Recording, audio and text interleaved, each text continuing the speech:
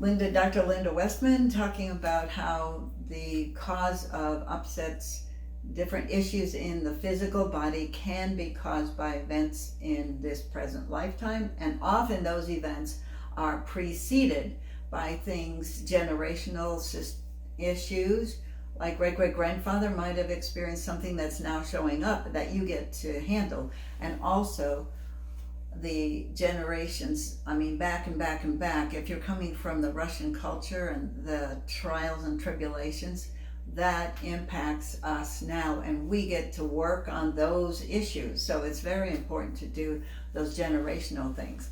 And then there are those people who have come to an understanding that we actually can inhabit different bodies at different times. So those experiences also are good to ask. When was the very first time something like this happened? Was it this lifetime? That's not generational. It might be another lifetime experience previously. And so what I'll do is just ask, is there more than one, more than two,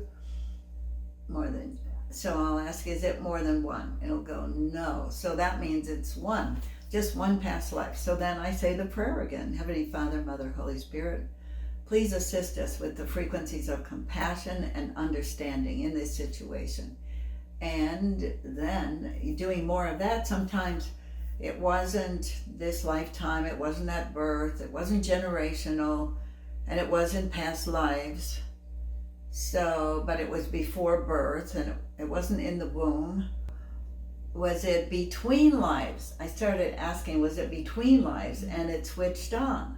So then I just say a prayer for whatever might be happening between lives. So I'll just say, Heavenly Father, Mother, Holy Spirit, please assist us with compassion and understanding in the whatever situation was the very first one related to this issue. Because I think it's kind of like dominoes, where if you get the very first one, the rest one will have less charge. You'll still have things coming up. You still have to make decisions at this moment. Am I going to get upset about this, or feel really bad, or I'm totally no good, I can't do this? After a while, you start listening to what you're thinking, and you can choose and say, no, cancel that. This we're going here. But having regular routines of working with what you have passion about. In other words, I say routine, I'm talking about being aware of what you're thinking and making choices to think the thoughts that create health in your body. It's such a peaceful state.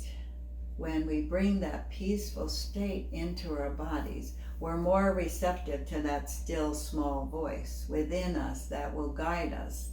Go here instead of here. And it's a journey to start reducing all the other stuff that has been floating around. But when we watch our breath, it's a lot easier to have no thoughts. And that's when that higher aspect of ourselves can come through and guide us.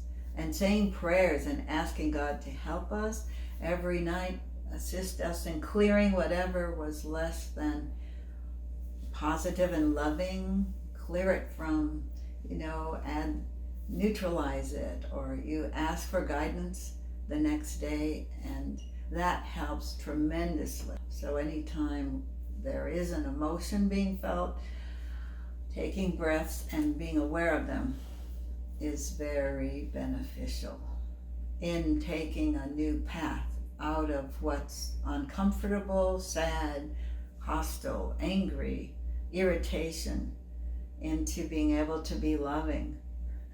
It's kind of a miracle when you're in the environment of somebody who's accepting and loving. It's like, whoa, feel that. You can feel it.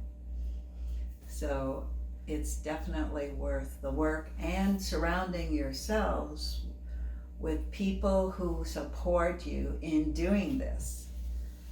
And there are those who aren't there yet. They're not there, and that's fine.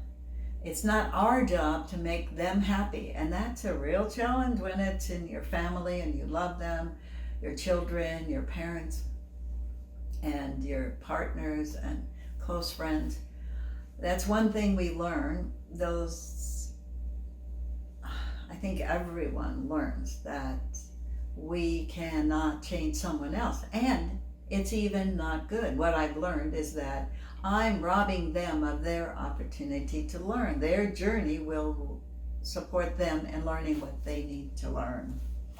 And if I try to jump in and help them, it's doing a disservice to their own soul. So a deep breath and get to that calm. They're on their way and they're happy trails on their journey. And then we focus on what gives us joy. That's very key.